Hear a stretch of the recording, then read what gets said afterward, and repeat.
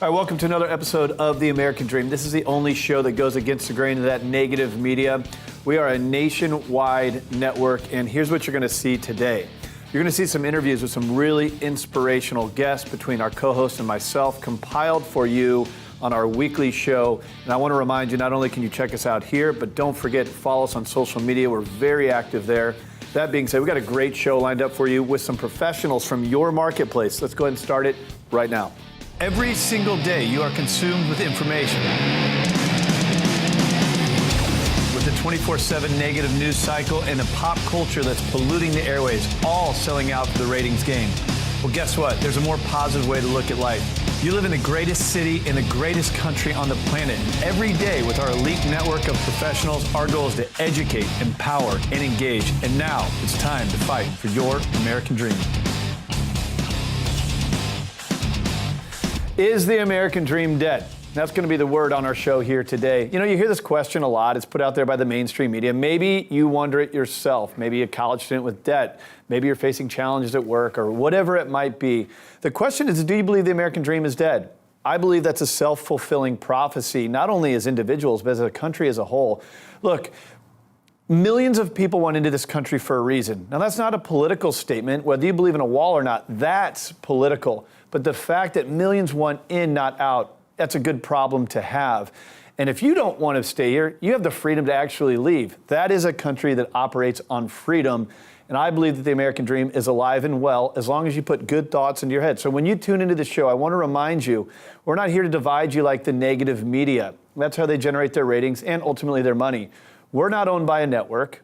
We're commercial free. We're unscripted. And we're supported by partners that we've flown all across the country to bring onto the show as experts out of your city.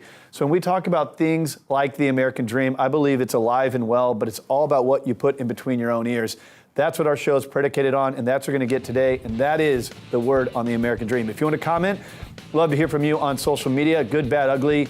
Please follow the show. Breathe oxygen into our positive story. That being said, let's go ahead and start this show and all the interviews right now.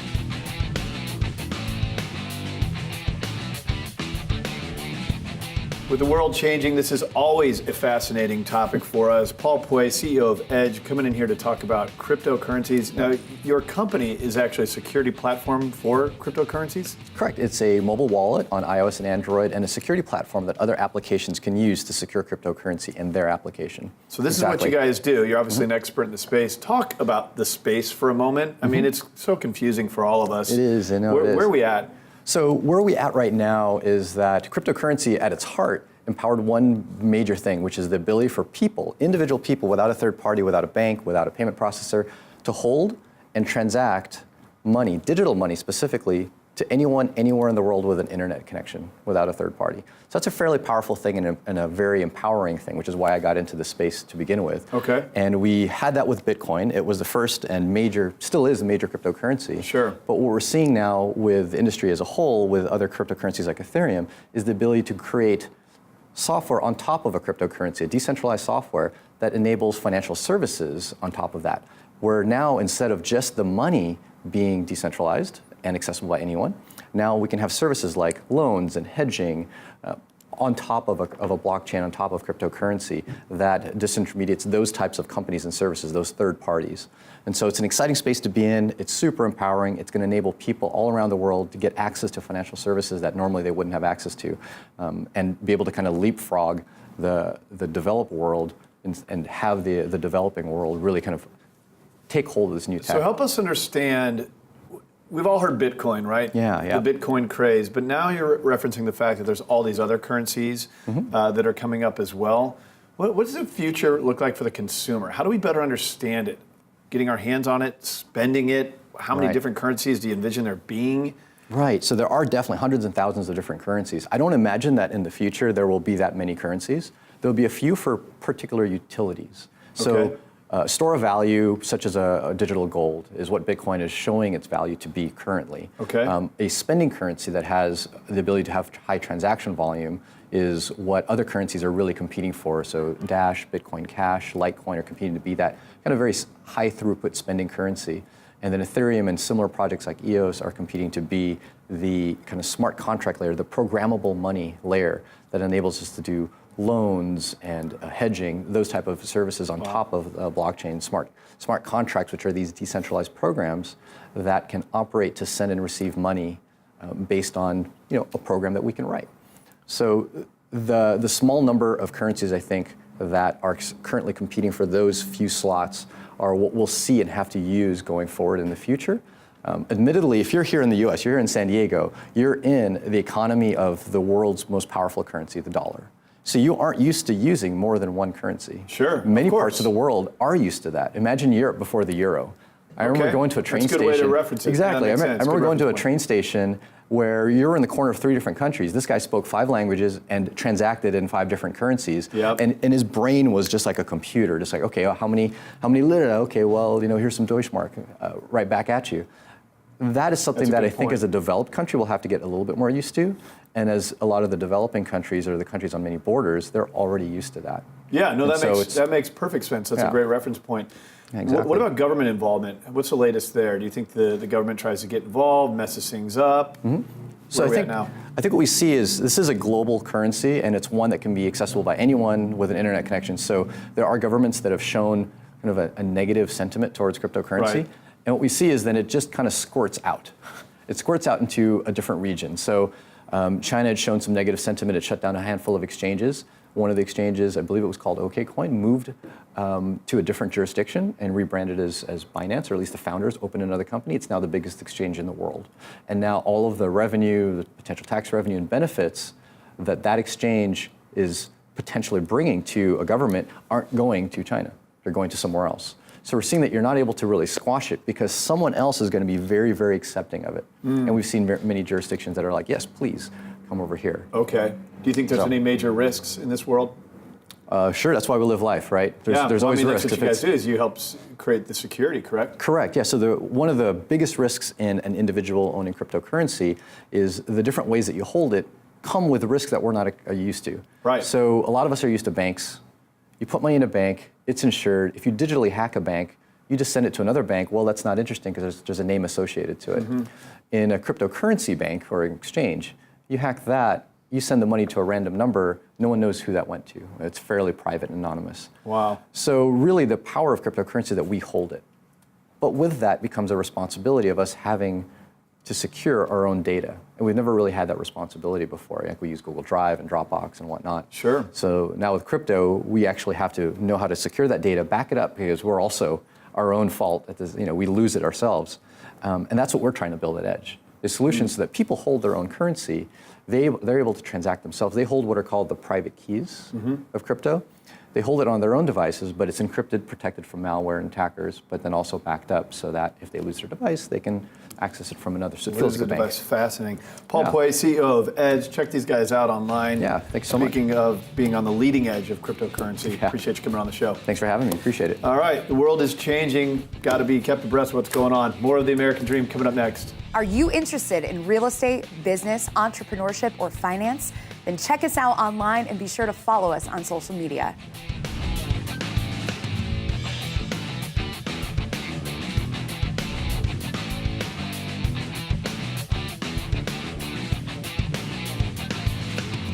The story of an entrepreneur. This is a pretty good one. Coming on the show for the first time, Lane Petrauskas, you're the founder of Skorch. Yes. And creator, which is actually your background. You came from like a advertising agency type model. Exactly. And then took your own journey on. Right, Tell us about your background. So I started my career in advertising as a creative. So really it was the nature of my job to generate ideas, pitch them to the CMOs of major brands, and then bring them to life. So that path really led itself organically to this entrepreneurial venture. Do you think that's your skill set, like you're natural born, you're a creative Yeah, person? I think I'm a creative at heart, for sure, yeah. Okay, so now when did you kind of decide that you wanted to take this journey on your own? You know, as far as Skorch goes, I really found myself thinking that finding great places to go was too much work. I found myself skimming long blog article reviews of places, clicking through the geotags of friends and influencers to see where they're going. Yep. And as we're all familiar with, combing through pages and pages of sometimes years old, highly subjective reviews. And Okay. as we all know, at this stage of the game, we're all pretty skeptical of what strangers say on the internet. Right, yeah. So, just because somebody rated a place 1 star just because they had to wait too long for the bathroom, Haters. really, it has we no gotta bearing. filter for the haters. Yeah, it has no bearing on your experience there right now. Of course. So that's where Skorch comes in. So, and what do you guys do? So Skorch is an app, Skorch, and it shows you the best and the buzziest places near you, and also it's great for when you travel. And it Okay. doesn't work like a traditional star rating system. Okay. It works like a heat map. So the warmer the color, the hotter the place is on Skorch, meaning that the more popular it is with Skorch users, the buzzier it is, so the more content you'll see, people are going there, they're sharing their experience, and most importantly, Skorch really makes it easy to find a great place to go. It's a selective app, meaning that not every place is featured on Skorch. Places have to be all around awesome to be included on the app. They have to have great food and drinks. They have to have a great ambiance and atmosphere. So really, you don't have to think. Yeah, no, it's amazing. My wheels are turning because I'm thinking, you're a creative person. That's kind of my DNA. But I'm not a tech person, and I'm certainly not a high C, which is like the accounting type. So for you as a creative, how'd you dial in all the tech stuff, like the warm map or the color map and all that? How did you actually build an app around this? Yeah, so myself and then some designer friends that I had from working in the advertising industry. So you had some connections. Really put our heads together, and we wanted to design it from, an easy to navigate standpoint. We wanted it to look amazing, to function amazingly, and so it was really a collaborative team effort. Okay, so as far as your target audience, Yeah. do you have kind of an avatar? Who do you see receiving it and really using it? Is it the millennial generation? Are you trying to open it up? Who's your target? I think Skorch was definitely built with millennials in mind. I'm Sure. a millennial, so I naturally come from that point of view. But Yep. we've found that it really has broad appeal. My grandmother endorsed it. I think Grandma got behind it? Grandma got That's a behind big it. win. She's not biased. I think her exact words were, "Honey, that's nice." That's a big endorsement from Yeah, Grandma. Dorothy knows what's up. So yeah, like I said, it appeals to millennials, but it has broad appeal. It's visually driven, so content isn't text heavy. It's photo based with quick, relevant, timely snippets of information that are really helpful in making a decision of where to go. It's inherently social, so users can follow their friends, they can follow influencers. Okay, so it's a social platform as well. Yeah, Okay, that's exactly. unique. So we have a lot of food bloggers that use Skorch now and fashion bloggers, and so people really like that you can follow people whose taste you respect and seek out and see where they're going. Oh, that's cool. Yeah. So once you kind of identify your community and people that you want to follow because you have similar tastes, all of a sudden you're, what am I looking for here? It's like you're tailoring your own deal, right? Right. First, everyone's heard of Yelp. I think what I know for Yelp, you look something up and there it is, and you talk about not believing the reviews. I've never really thought. I know businesses that buy their Yelp stuff. You know what I mean? So with yours, you're actually tailoring it in a social kind of way. Yeah. Like That's I said, neat. it's inherently social. And even in your own profile, you can establish your taste by creating your own hot list of places that you like. So what's the future of Skorch? Oh my gosh. Well, I see Skorch really growing as a brand beyond even the app. I think, being in the app industry, it's a pretty cluttered market right now. Everyone kind of wants a piece of the new American dream, the new American app dream, so to speak. No, I agree with you. Yeah, so it's really a matter of breaking through that clutter and in the early stages of Skorch. And what we found is that the brand DNA of the app really resonates with people. The way the brand communicates with you, the way it looks, and it's a community of people. Yep. And so I really see that growing even beyond the app. Fascinating. Well, Lane, we wish you the best. Thank if anyone wants you. to follow you and follow your journey, what's the best place to do that? Yeah, so you can find Skorch on social media on Instagram at GetSkorch, GetSkorch. Love it. And my personal social media is Lane Petrauskas. I'll go ahead and spell it for you. It's LanePetrauskas. Got it, Lane. Thank you so much. Thank you, Craig. Congratulations on making that leap, and we wish you the best. Thanks for sharing the story on the American Thanks Dream. for having me. All right. More of the show coming up next. Hi, I'm Jem Morris, co-host of The American Dream. Don't forget, you can always watch more of our content online and follow us along on social media.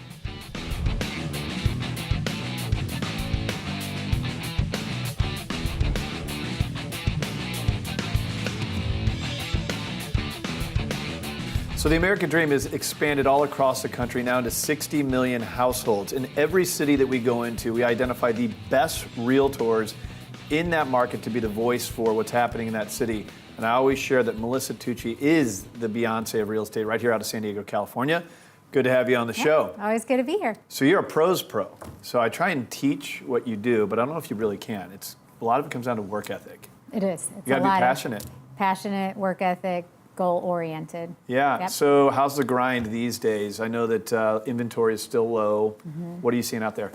It's a lot of mixed messages, actually. There's some places still that are getting multiple offers, things flying off the shelf, and then on the flip side, things staying a little longer market time, which we're not used to.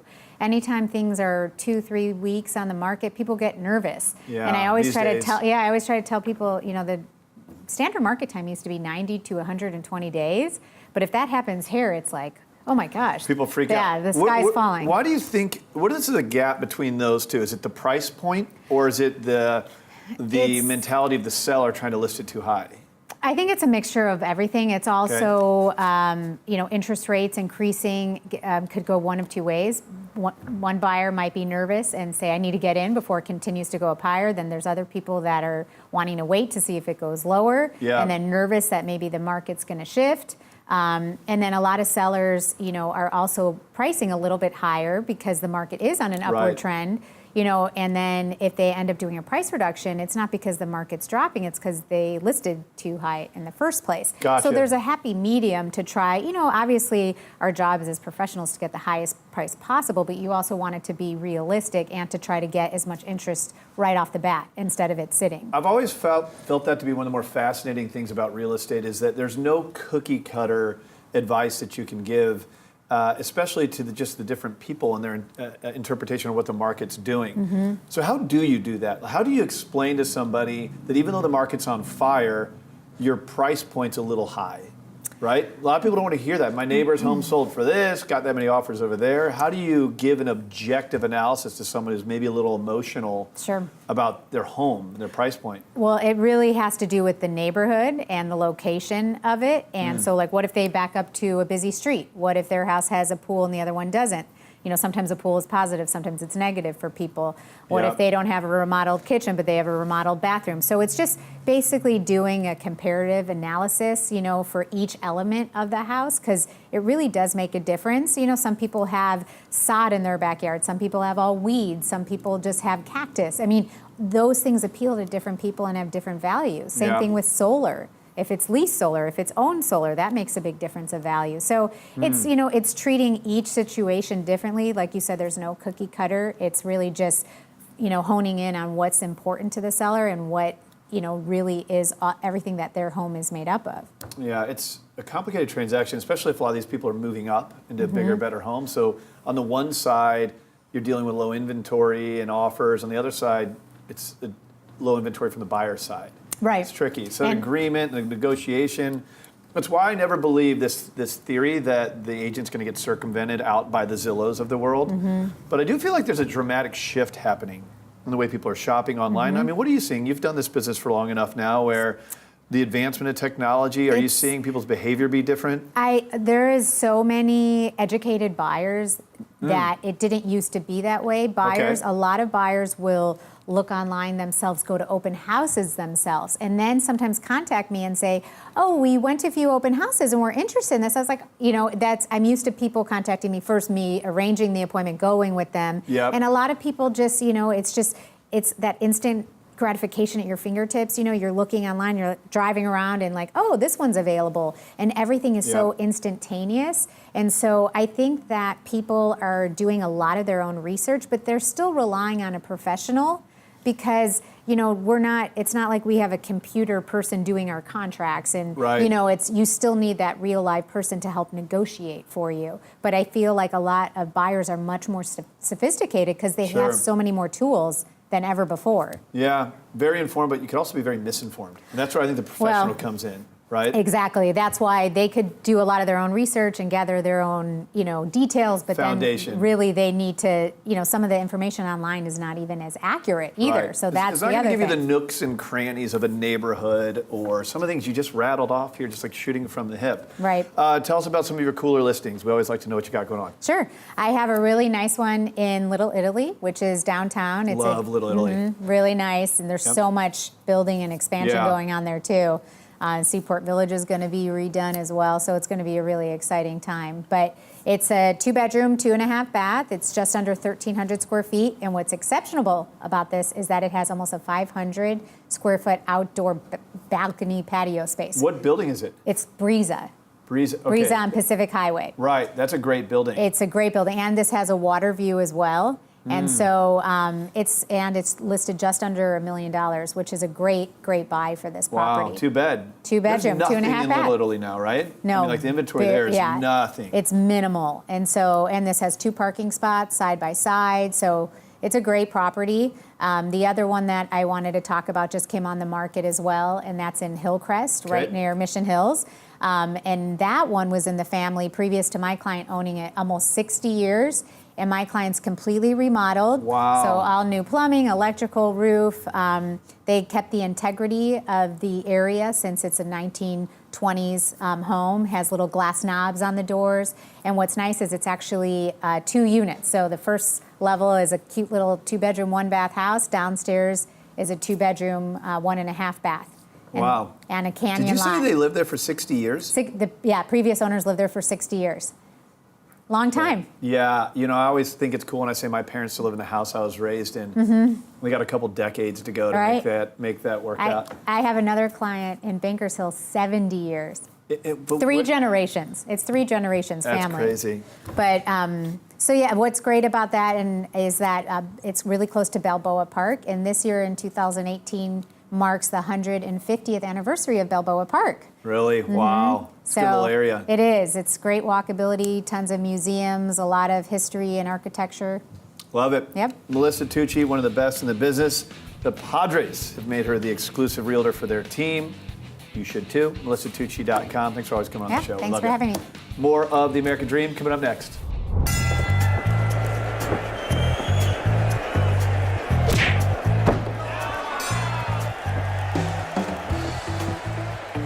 We have a winner! Johnny, you won! You won! Grandma? There are certain times in life when you need a neutral third party to call the shots. I wasn't right. I know, but I wasn't right. I wasn't, you hear me? Keep it fair. Choose Oakwood Escrow.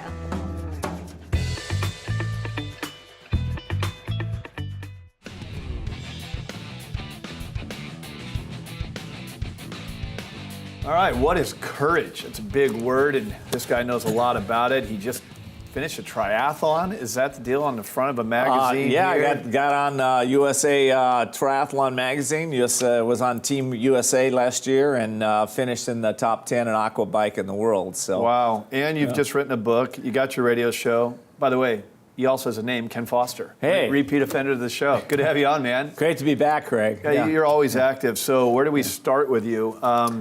So you're doing the health thing, awesome, you're staying in it. But I do want to ask you the question before we get into some of the details, things you have going on, and I just kind of opened with it. Okay. What do you think courage is? Courage is an inner voice. It's an inner power that we all have. Everybody's born with it. Most people have latent courage. It's not developed. So we have the potential to develop it.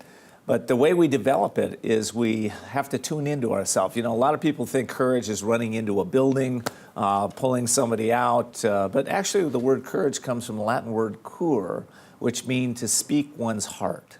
Okay, interesting. Yeah. Speak one's heart. Yeah. So you do this on your radio show, Voices of Courage. I know you have some great interviews on there. So tell us a little bit about that show. I'm helping people to look at their dreams, look at their lives, look at what's working in their lives, look at what's not working in their lives, and find the courage to be all they can be. You know, a lot of us have latent dreams. We're just sitting around thinking, wow, you know, I'd like to be on TV. I'd like to be on, I'd like to travel around the world. I'd like to have the great relationship in my life. I'd like to have the great job. But what are you doing about it? Yeah. You know, most people are living in fear. They're fear-based thinking, whether they're conscious of it or not, Craig. Sure. Right? So it takes the opposite of fear is courage, right? We have to step into that power that's within ourselves. So fear can be very paralyzing, and it's funny as you say this. I have a family member I'm having the same kind of conversation with. Yeah. And the advice I gave to her was, you got to just move forward. Just get moving forward and taking action. What do you feel is the common theme of people who don't take those steps forward? Well, why do you think it is? Besides just fear, like take me a little bit layer deeper on let me just take a layer of it. First of all, you know, I've been coaching 22 years, so I have a little information on this. So, you know, most people are living their life from the past. They're thinking about what they didn't do or couldn't do or wouldn't do in the past. But what we really have to do is start to live our life in the future. The future creates our present moment. Okay. Right? So we have to start to visualize, what does a compelling future look like, right? Maybe 3 months out, 6 months out, a year out, 5 years out, right? Start thinking out. But the most important piece after we do that, we really have to get in touch with our purpose. We are purpose-driven people, and if we have no, you know, the scripture says where there's no vision, the people perish. Well, if there's no purpose, the people don't move forward either. So we got to get in touch with, why is it important for us to accomplish our dream, right? After that, it takes small little steps. Okay. Okay, not something massive. Wake up in the morning with a good attitude and take 3 steps that'll move you towards your dream. When's your new book come out? New book is coming out in June 15th. It's called The Courage to Change Everything. Okay. It's a book that took me about 6 years to write.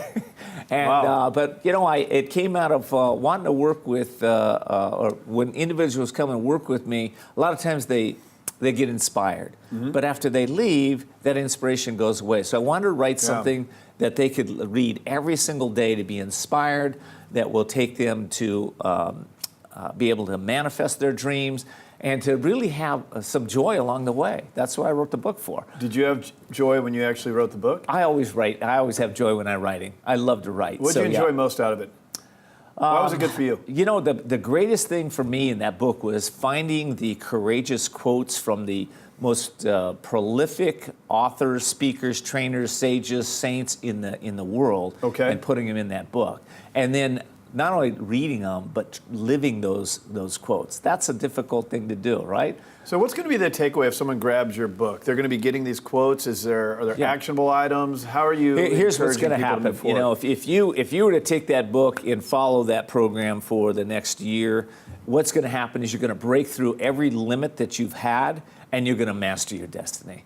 Okay, so you're going to crush these limiting beliefs. You're going to crush the limiting. You're going to reprogram your mind for success on a daily basis with small little chunks, and take daily actions to actually create the destiny that you've been wanting to have. Whoever, you know, we all want to change our lives. We all want to get it better, right? Yep. This book will help you do it. Love it. How can people follow you?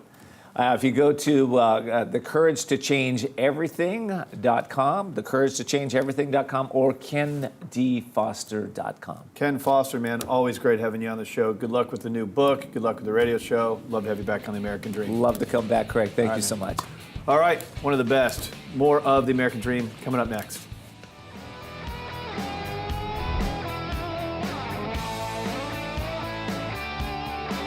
Well, I hope you enjoyed today's show. Our goal every day is to combat the negative media. We really appreciate you engaging with us. Don't forget, we're not just here, we're on social media as well. We hope you can follow the show, comment, like, share. We'd love if you can breathe oxygen into this positive message. That's all for today. Cheers to your American dream, and we'll see you next time.